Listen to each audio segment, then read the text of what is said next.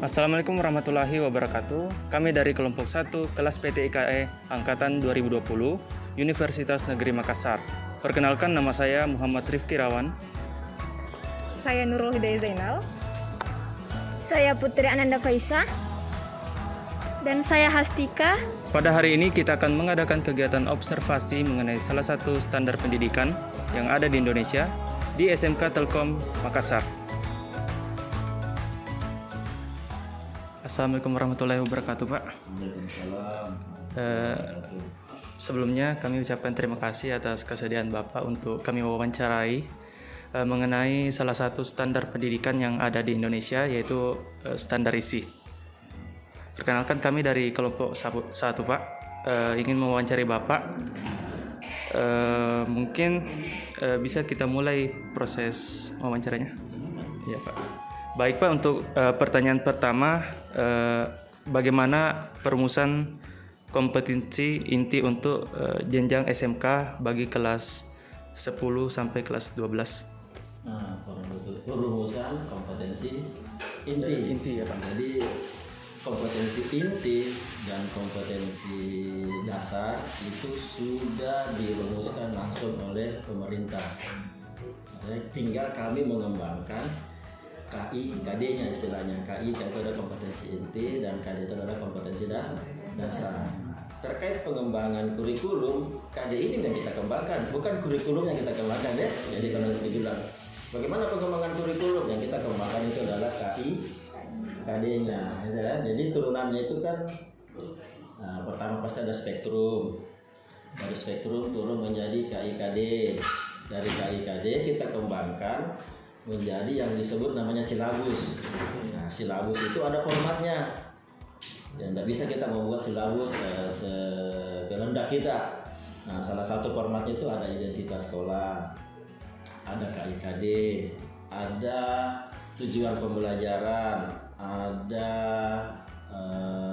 indikator pencapaian, ada materi, ada total jam, ada jumlah JP-nya itu KD ini dia berapa JP, dan ada referensinya kayak begitu.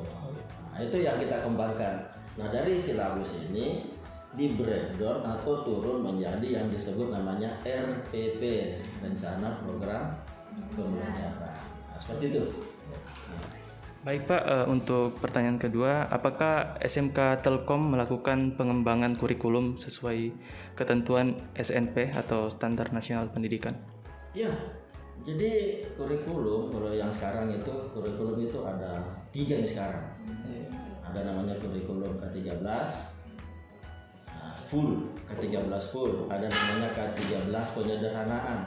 Itu K3 penyederhanaan itu adalah kurikulum yang digunakan pada saat kondisi khusus pandemi kemarin. Nah, jadi kalau KI KD-nya kita itu ada 10 KD. Nah, di kurikulum penyederhanaan itu bisa jadi 6 KD yang diajarkan, tergantung. Ini kan pandemi karena udah semua, karena anak waktu itu kan dalam keadaan daring gitu. Nah, apalagi kita sekolah vokasi kan prakteknya ya, dan tidak bisa kita melakukan praktek secara daring. Ya, yang ada itu minimal mendekati, misalnya menggunakan virtual lab seperti itu. Nah, jadi apa tadi pengembangan deh? Ya, jadi kembangkan itu sebenarnya KIKD yang tadi apa bisa jelaskan tak? Oh iya. Nah, dari KIKD kita membuat silabus, dari silabus kita buat RPP. RPP juga ada ketentuannya dari dinas, dari kementerian, silabus maupun RPP seperti itu. Nah, ada namanya sekarang RPP 1 lembar. Iya. Nah, nanti aja lebih ini tidak mengakomodir semua apa yang ketentuan pada kurikulum K13 sebelumnya. Dia cukup ada ada kegiatan yang jelas, itu ada kegiatan intinya, langsung kegiatan inti, ada metodenya, dan ada tujuan pembelajaran. Seperti itu. Tidak terlalu banyak dia ini. Nah, itu yang dimaksud dengan pengembangan kurikulum. Baik, Pak, untuk pertanyaan selanjutnya adalah bagaimana penyusunan kalender pendidikan beserta beban belajarnya, Pak? Nah, penyusunan kalender pendidikan itu sudah diatur oleh pemerintah bahwa untuk SMK itu dia minimal 36 pekan. Nah, susah bikin kalender pendidikan 36 pekan kalau mulai dari bulan Juli itu 36 pekan selama 1 tahun. Jadi per semester itu sebanyak 18 pekan. Nah, bagaimana beban belajarnya? Nah, setiap pekan itu beban belajar kalau SMK itu maksimal rata-rata atau minimal 48 JP per pekan. Nah, di Jadanana dapat itu minimal 48 JP per pekannya. Nah, itu mikir kalau 48 JP Senin, Selasa, Rabu, Kamis, nah, sudah 4 menit ya? Berarti 10 JP per hari anak-anak dapat. Jumat itu 8 JP-nya. Nah, itu proses penyusunan kalender pendidikan dan apa tadi? Beban belajar. Bukan beban belajar, sebenarnya apa beban belajar terbebani. jumlah apa deh, jam pelajaran. Jadi kalau dibilang beban agak berat sekali kayak. Banyaknya bebannya deh, kalau JP-nya banyaknya bebannya. Maknanya negatif gitu. Terdengar ini. Apa lagi? Baiklah, selanjutnya Pak, bagaimana sistem penilaian di setiap mata pelajaran? Di setiap mata pelajaran kita menganut sistem penilaian berbasis kompetensi. Nah, ada berapa yang dinilai kalau namanya pembelajaran berbasis kompetensi? 1, ada pengetahuan, ada keterampilan, dan ada sikap. Nah, seperti itu. Jadi semua mata pelajaran itu mengandung 3 komponen tadi. Ada penilaian pengetahuannya, ada penilaian keterampilannya, ada penilaian sikap. Tapi itu kalau yang mana pesan pengetahuan, keterampilan, sikap apa enggak? Apalagi? Untuk pertanyaan selanjutnya, kurikulum apa yang diterapkan oleh SMK Telkom? Nah, sekarang ini kita masih menerapkan kurikulum K13 penyederhanaan. Ya, karena kan kita baru beberapa bulan ini new normal deh. Ya, sebelumnya dia full online. Baru namanya kurikulum penyederhanaan K13 penyederhanaan. Nah, sekarang kita sudah mulai mendaftarkan diri menggunakan kurikulum Merdeka namanya. Jadi ada kurikulum yang baru yang sudah launching bulan Februari kemarin, itu disebut dengan kurikulum Merdeka. Dan 1 bulan yang lalu, tepatnya tanggal berapa, sekolah kita juga terpilih sebagai sekolah menengah kejuruan pusat keunggulan, dan itu menggunakan kurikulum Merdeka. Nah, itu namanya disebut dengan SMK PK, sekolah menengah kejuruan pusat keunggulan. Nah, itu yang kami tawarkan waktu itu ke kementerian, itu adalah jurusan RPL. Karena TKJ tidak bisa nih ditutup karena dianggap pemerintah itu sudah jenuh untuk prodi TKJ. Nah, ayo apa lagi? Untuk pertanyaan terakhir mungkin Pak, bagaimana pembuatan modul dan LKS atau lembar kerja siswa pada SMK Telkom Pak? Pembuatan modul atau LKS. Iya. Nah, di sistem penilaian tadi kan ada penilaian pengetahuan, keterampilan, dan sikap. Nah, tentunya untuk mendukung pengetahuan dan keterampilan ini karena anak butuh buku pegangan. Nah, di sini terkait pembuatan modul itu sekolah tidak terlalu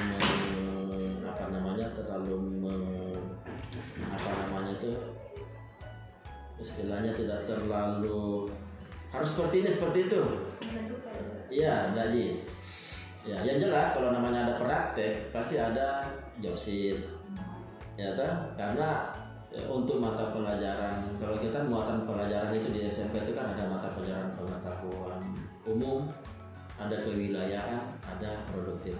Kalau umum dan kewilayahan itu hampir semua bukunya ada dari pemerintah. Kalau produktif itu tidak.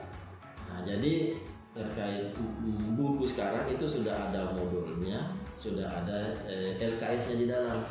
apa istilahnya sekarang itu, lembar kerja LKPPD apa LKPD istilahnya deh. Nah, dulu namanya LKS, sekarang namanya LKPD, lembar kerja peserta didik. Ya, karena di kurikulum sebelumnya itu kalau anak-anak disebut siswa, sekarang peserta didik. Kurikulum Merdeka murid lagi, kembali kita pada zaman dahulu, artinya bapakmu masih sekolah tak, murid-murid sekalian. Nah, sekarang berubah menjadi murid-murid, kami lagi peserta didik. Seperti itu saya lihat ininya. Jadi kalau penulisan di kurikulum Merdeka itu menyebut kata siswa itu bukan lagi peserta didik tapi murid, dan guru bukan lagi pendidik tapi disebut dengan istilah guru. Sandal apa sih perbedaannya? Bikin bingung kita menulisnya nanti deh, menulis apa itu RPP-nya, murid-murid, ada yang bilang peserta didik, ada yang bilang siswa. Ya tapi kan istilah itu kan ikuti trennya deh. Oh, kalau dia menggunakan kata peserta didik berarti K13 ini. Oh, dia menggunakan kata murid, berarti dia menggunakan kurikulum Merdeka. Nah, gitu. Dan semua guru-guru itu kan dipersyaratkan menggunakan LMS, Learning Management System. Nah, di situ guru harus mengupload materinya, guru harus mengupload bahan prakteknya, kalau ada semua di situ sampai penilaian. Itu artinya otomatis modul maupun job sheet, dan itu dicek sama kepala sekolah langsung. Siapa yang guru, siapa ini yang belum ada materinya, belum ada penilaiannya, apa soal-soalnya ini. Nah, dan kita itu sudah sepenuhnya, bukan sepenuhnya lah, hampir lah sudah mengakomodir konsep-konsep kurikulum Merdeka. Salah satunya itu adalah dengan metode pembelajaran blended. Ada ya? Nah begitu, ada lagi yang perlu di... Mungkin itu saja pertanyaan dari kami, Pak. Kami ucapkan terima kasih atas waktunya, Pak, untuk kami wawancarai. Sekian dari kami. Wassalamualaikum warahmatullahi wabarakatuh. Demikianlah kegiatan observasi kami di SMK Telkom Makassar. Sekian dari kami. Wassalamualaikum warahmatullahi wabarakatuh.